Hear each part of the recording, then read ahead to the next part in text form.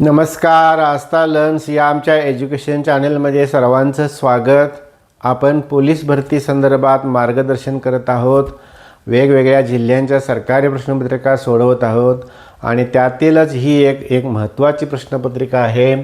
त्यातील 15वा प्रश्न आहे, 28 माणसे एक काम काही दिवसात करतात. जर दिवसांची संख्या 2/3 ने केली तर काम करण्यासाठी आणखी किती माणसे लागतील? एक लक्षात घ्यायचं, दिवसांची संख्या 2/3 पट केली याचा अर्थ कामाचे दिवस आहेत ते 3/2 पट होणार. म्हणजे माणसं काय होणार आहेत? 28 आहे. दिवसांची संख्या 2/3 आहेत म्हणजे माणसांची संख्या आहे ती 3/2 होणार. म्हणजेच बे 14 दूनी 28, 14 त्रिकम 42, एकूण 42 माणसे लागणार. पण आणखी किती माणसे लागणार असे विचारलेलं आहे. ऑलरेडी 28 माणसे आहेतच, म्हणजे 42 वजा 28 बरोबर आणखी 14 माणसे लागतील. पटकन उत्तर 42 काढून पहिला पर्याय लिहायचा नाही. आता पुढचं गणित बघा. ताशी 60 किमी वेगाने जाणाऱ्या 280 मीटर लांबीच्या मालगाडीस 420 मीटर लांबीचा बोगदा ओलांडण्यास किती वेळ लागेल? एक लक्षात घ्यायचं की गाडीची लांबी आणि बोगद्याची लांबी मिळून जी लांबी आहे तेवढा अंतर त्या गाडीला कापावं लागतं. म्हणजेच गाडीची लांबी आहे 480 आणि बोगद्याची लांबी आहे 420, असं एकूण अंतर आहे ते 900 मीटर अंतर आहे. आणि गाडीचा वेग आहे ताशी 60 किमी, याचा अर्थ 3600 सेकंदात 60,000 मीटर. मग तसंच मांडायचं आपण, 3600 सेकंदात गाडी 60,000 मीटर अंतर जात असेल तर 900 मीटर अंतर जाण्यास किती वेळ लागेल? म्हणजेच 900 गुणिले 3600 भागिले 60,000 यांचा गुणाकार आणि भागाकार केल्यानंतर उत्तर येतं ते किती येतं? 54 सेकंद येतं. म्हणजे 4 शून्य गेलं, 4 शून्य गेलं, 6 1 6, 6 6 36, 6 9 54. आता हे गणित बघा, कामवेगाचंच आहे. मुंबई ते अमरावती 750 किलोमीटर अंतर आहे आणि एकाच वेळी सकाळी 6 वाजता परस्पर विरुद्ध दिशेने निघालेल्या गाड्यांचा वेग अनुक्रमे 55 किमी आणि 70 किमी आहे. तर त्या दोन्ही गाड्या एकमेकीस केव्हा म्हणजे किती वाजता भेटतील? आता एक गाडी मुंबईहून निघालेली आहे, दुसरी गाडी अमरावतीहून निघालेली आहे.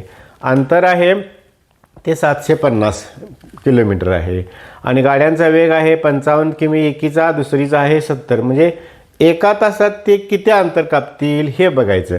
म्हणजे एका तासामध्ये दोन्ही गाड्या मिळून 55 आणि 70 125 किलोमीटर अंतर जातात. आपल्याला 750 किमी अंतर पूर्ण करायचं आहे. म्हणजे त्यांची भेट ज्यावेळी होईल त्यावेळी 750 किलोमीटर अंतर झालेलं असेल. म्हणून 125 आलं एका तासाला, म्हणून 750 भागिले 125 केलं तर 125चे 6 पट 750, म्हणून 6 तास त्या गाडीला वेळ लागेल.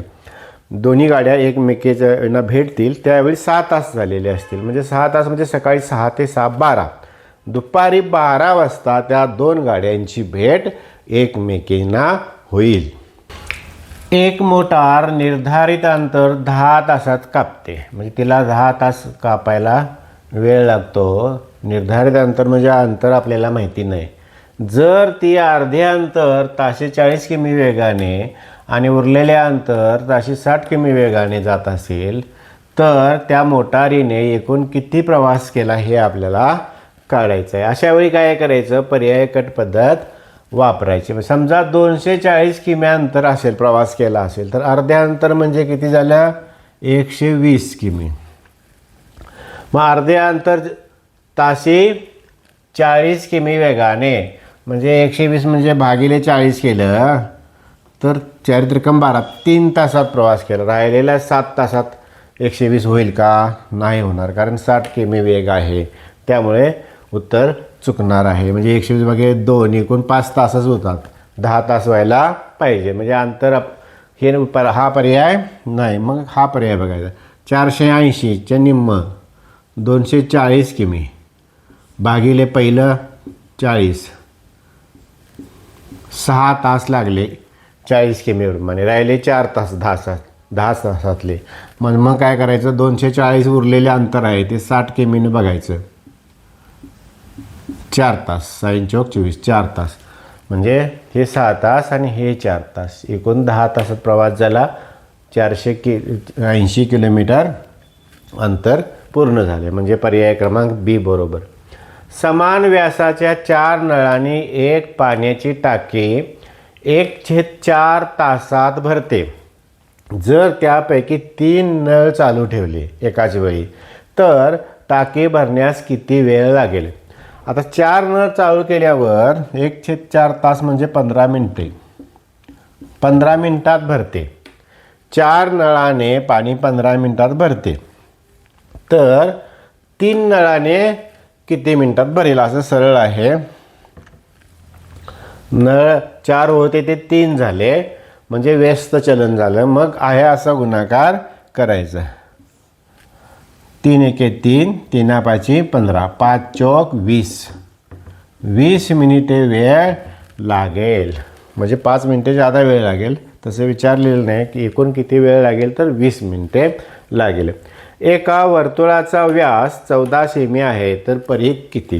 हे आपल्याला सूत्र माहिती पाहिजे. परिघ बरोबर पाय डी, म्हणजे डी म्हणजे व्यास झालं. आता पाय म्हणजे 22 सप्तमांश हे तुम्हाला माहिती आहे. मग काय करायचं, 22 सप्तमांश गुणिले परिघ आहे किती, व्यास आहे 14, 7 एके 7, 7 दोन्ही 14, 22 दुने 44, 44 सेंटीमीटर. म्हणजे पर्याय क्रमांक 4 बरोबर. या ठिकाणी हा भाग संपलेला आहे. अशी चांगली उदाहरणे, चांगले प्रश्न आणि चांगल्या प्रश्नपत्रिका तुम्हाला जर पाहायच्या असतील तर तुम्ही आमचे चॅनेल लाईक करा, सबस्क्राईब करा आणि बेल आयकॉनवर क्लिक करा. जय हिंद.